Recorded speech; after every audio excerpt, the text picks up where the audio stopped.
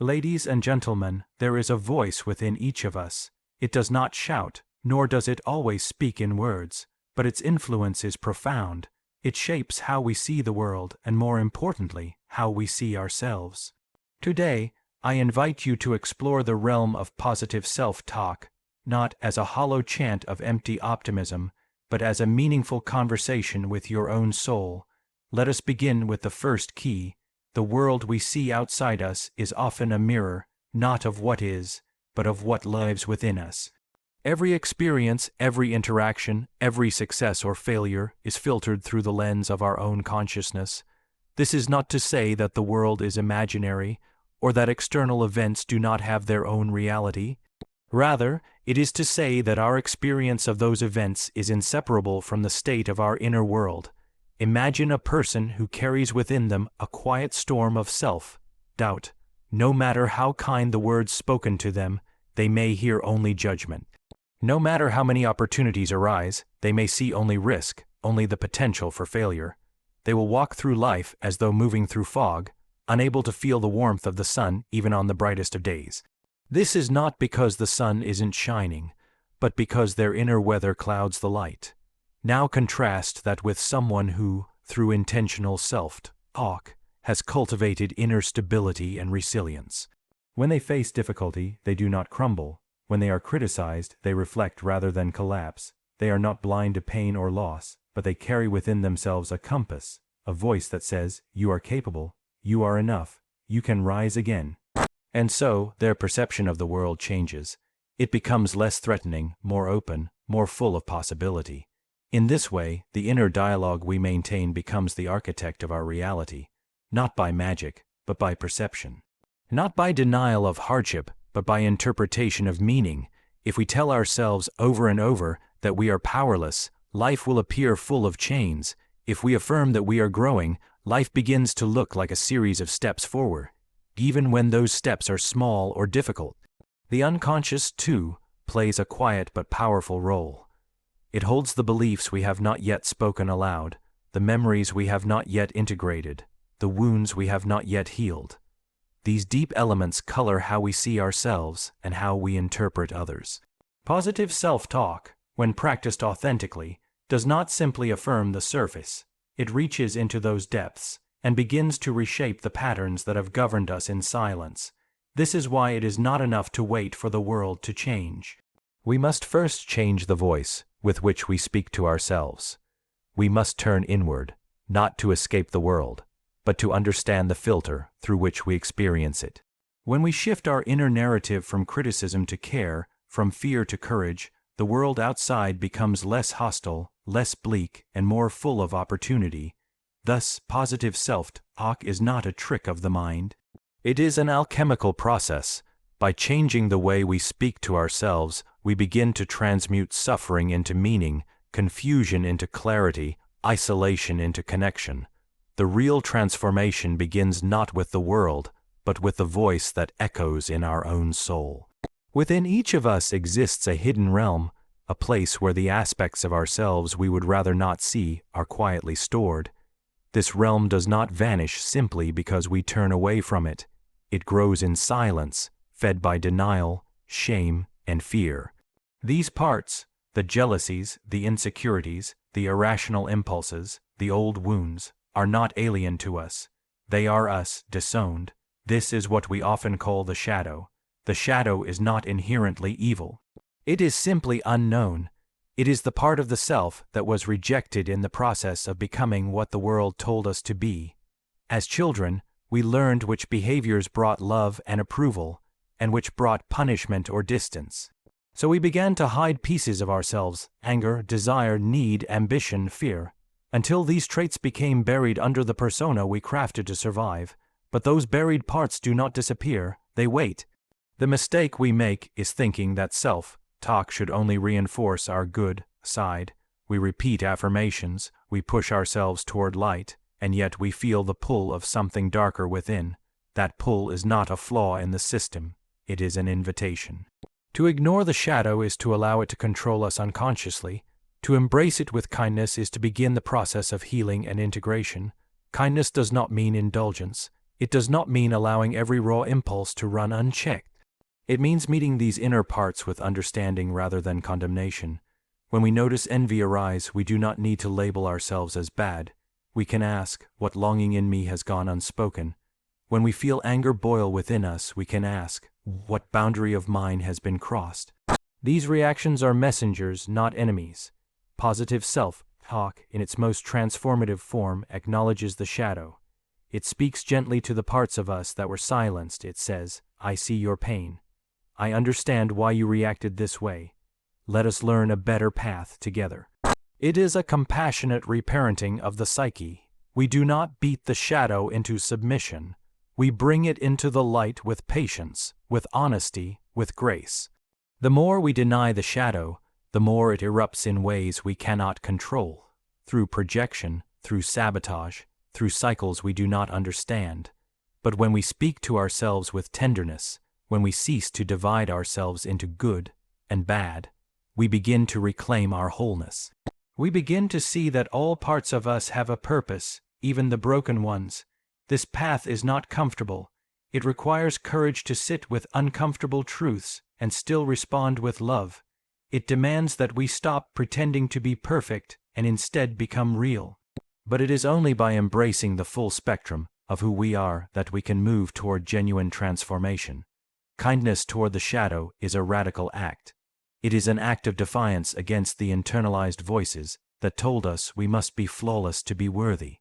It is the beginning of a truer kind of strength, the strength that comes not from perfection, but from self-acceptance. In the end, the goal is not to eliminate the shadow, but to befriend it, to let it teach us, to let it soften us, to let it humble us. And in doing so, we no longer live in fear of what lies within. We walk in unity with all that we are. Inside each of us, no matter how old, accomplished, or rational we become, there lives a child. This child is not merely a memory or a sentimental idea. It is a living presence within the psyche. It holds our earliest impressions of love, safety, worth, fear, and abandonment. The child within us remembers things the adult mind has long buried beneath layers of logic and responsibility. And though it cannot speak in words, it continues to respond to how we treat ourselves, to how we speak in the silence of our inner world. When we experience self-doubt, when we panic in the face of rejection, or when we feel crushed by small failures that seem irrationally painful, it is often the child within who is crying out. The adult mind says, "Why does this bother me so much?" But the child does not think in reasons. It only feels. Many of us learned early in life that our feelings were too much, our needs were inconvenient, our mistakes were shameful. So we became our own harshest critics, believing that if we just punished ourselves enough, we could become good enough to be loved.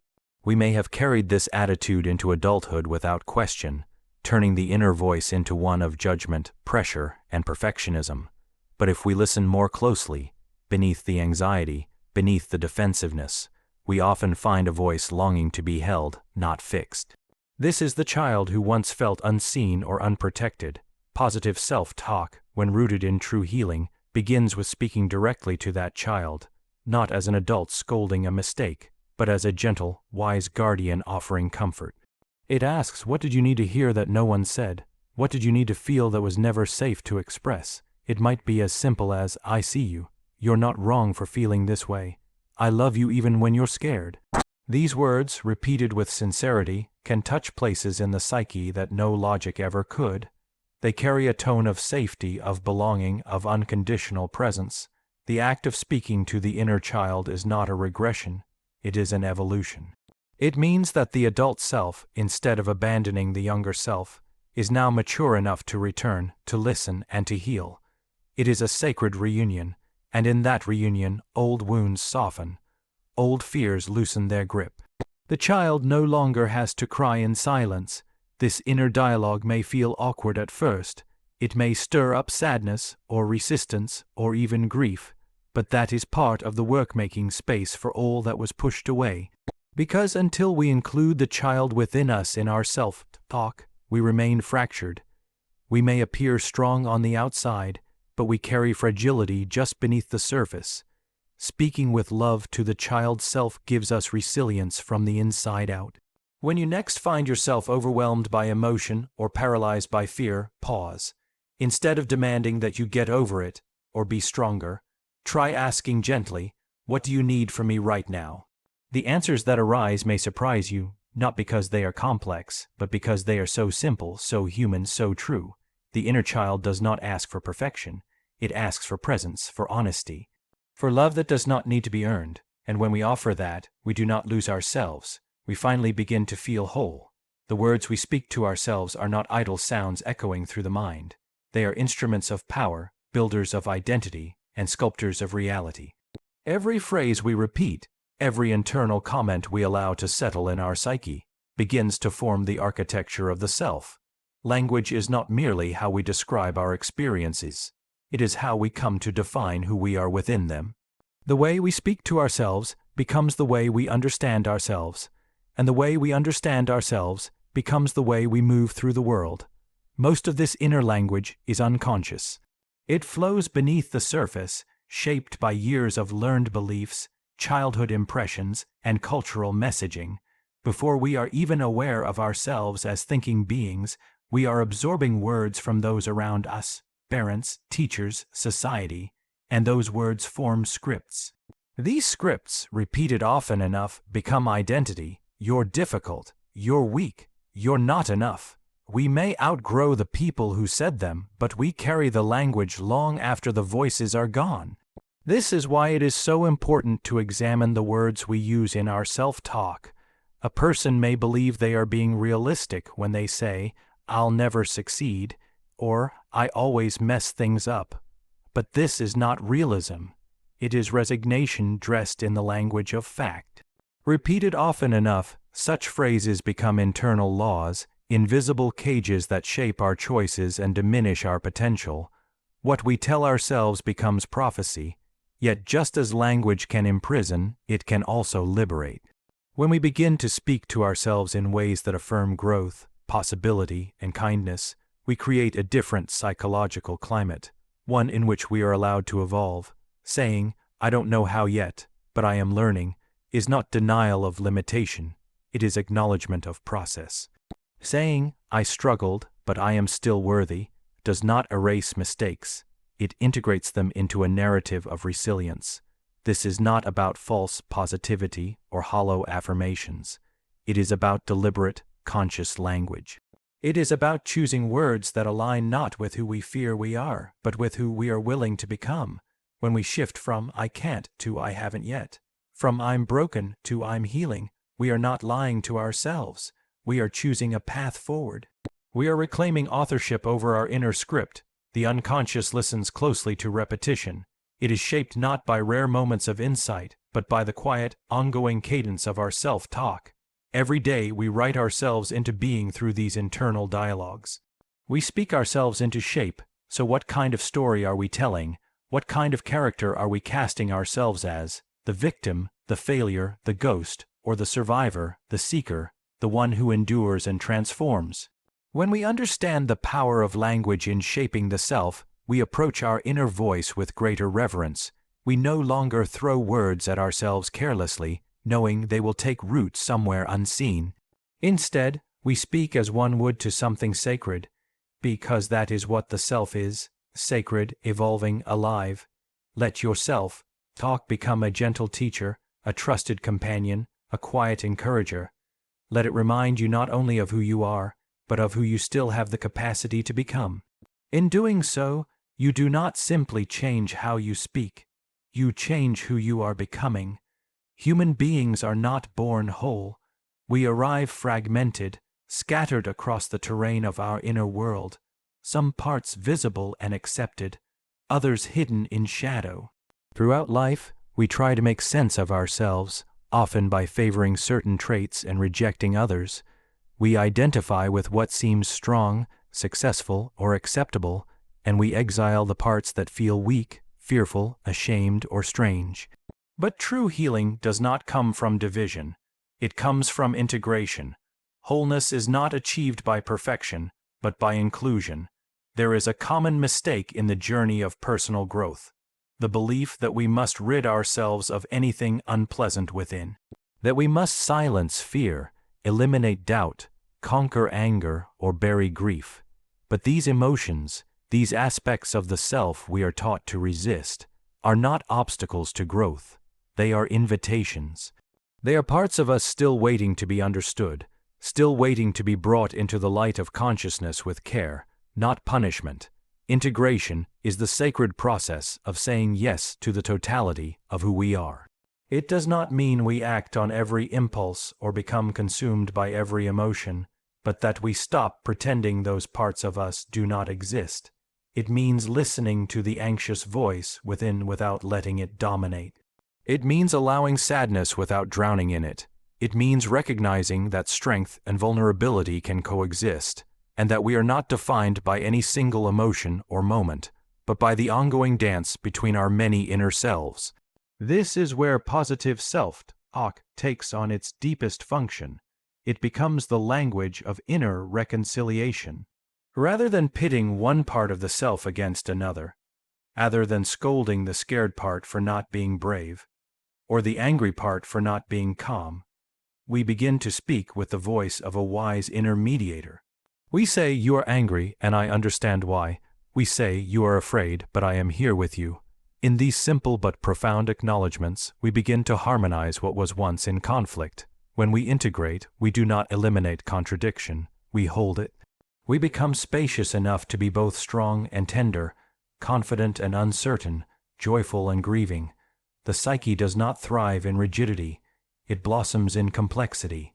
To be whole is not to be one fixed identity, but to be a constellation of experiences, held together by self-awareness and compassion. There is peace in integration, not the peace of stillness, but the peace of inner coherence.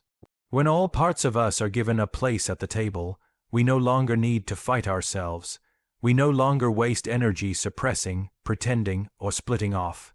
Instead, we walk forward with integrity, which means in its original sense, intact, untouched, undivided. And so, the journey of positive self-talk is not simply one of motivation or self-encouragement. It is a return to the self in its fullness, a remembering of all that we are, all that we were, and all that we are still becoming. In integration, we reclaim the power we once scattered. We become rooted not in performance but in authenticity, and from that rootedness we begin to live, not from fragments, but from the whole. So I urge you, talk to yourself as the guardian of your own spirit. In the solitude of your mind, become your greatest ally, not your harshest judge. In time, that quiet voice will grow stronger, and the self you shape with it will become resilient, authentic, and luminous. Thank you.